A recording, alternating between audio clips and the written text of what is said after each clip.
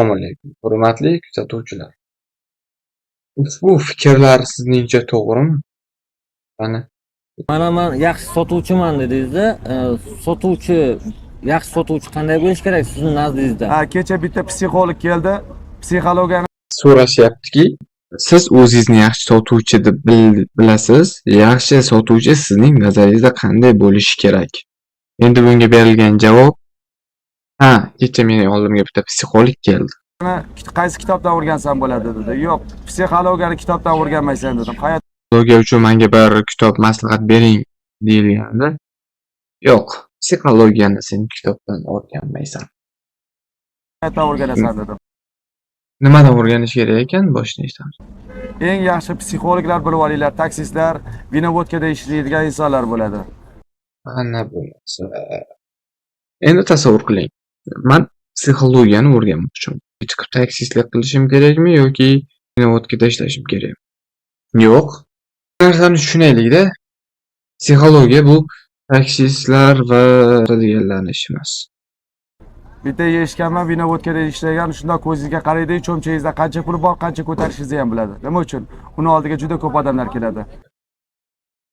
Vinovodka ishlaydigan odam sizni ko'zingizga qarab, kistangizda qancha pulingiz borligini bilar ekan. O'g'ri ham biladi. Bu bilan o'g'ri ham psixologmi? Kimdir daddahol qilsa ham eshitib o'tirgan odam bu psixolog deb hisoblanmaydi. Davom etamiz. Taksist ham nima uchun zo'r biladi? Hatto u ham cho'mchagingizda nechta pulingiz bor biladi. Har kuni 100 dan ortiq odam bilan gaplashadi-da. U sizni hatto fikrlayotgan narsalaringizni ham biladi. Men taksistlik yomon kasb deganim yo'q, lekin psixologiya bilan taksistlikning farqi bor.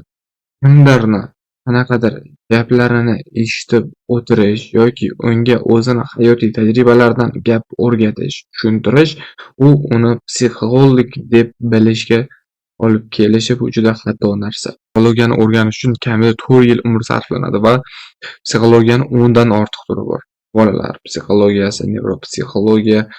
Bu psixologiyani ong ostidagi bir detskiy travmalarni yechish uchun insonlar qanchadan qancha ustida izlanishlar olib borishgan, qanchadan qancha kitoblar o'qigan va mana shundan tayyor bo'lgan, masalan, yo'llarini kitoblarda yozib qoldirishgan va mana shuni 4 yil umr o'tkazib o'rganishadi psixologlarimiz.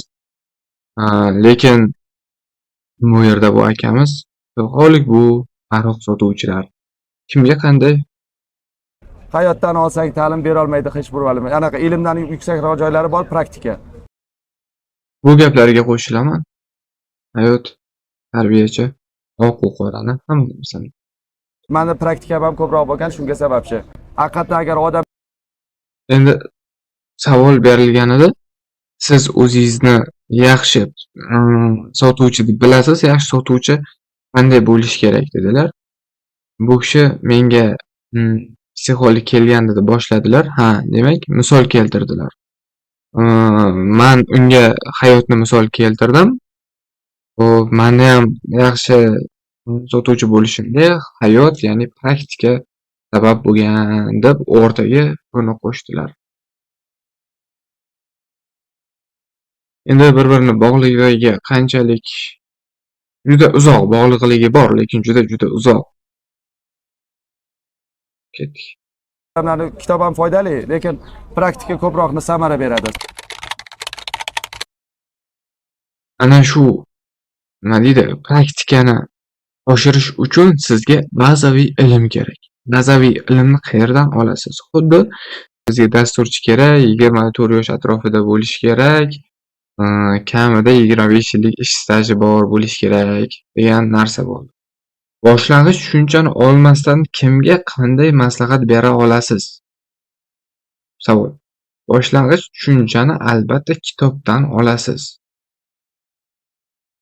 To'g'rimi? Masalan, bu narsaga psixologiyani masalan o'rganamiz degan bo'lsa, u o'zini psixologik yo'nalishlariga qarab kitoblar maslahat bersa bo'ladi. Bir bilan suhbat jarayonini to'g'irlash uchun, misol, tana tili degan kitob bor. Men maslahat beraman.